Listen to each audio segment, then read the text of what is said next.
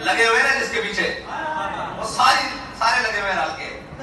अल्लामा कहता है ऐ ताहिर लाहौती, वो शख्स जो शायरीन चारों तरफ मौजूद थी, उसके बारे में जो एक केला झंडा लेकर खड़ा हुआ ना, इकबाल ने उसको कहा है ताहिर लाहौती। जब चारों तरफ से वो घिरा हुआ केला मर्द कलंदर, मैंने उसकी तस्वीर देखी है, एक झंडा लेकर खड़ा है, उसको कहा इकबाल ने है ताहिर लाहौती। ऐ ताहिर लाहौती, उस रिस्क से मौत अच्छी, वो रिस्क जो लोग कहते हैं आप इधर आ जाएं ये ले लें, उसके बारे में एक बात कहता है ताहिर लाहौती, उस रिस्क से मौत अच्छी जिस रिस्क से आती हो परवाज में कोताही।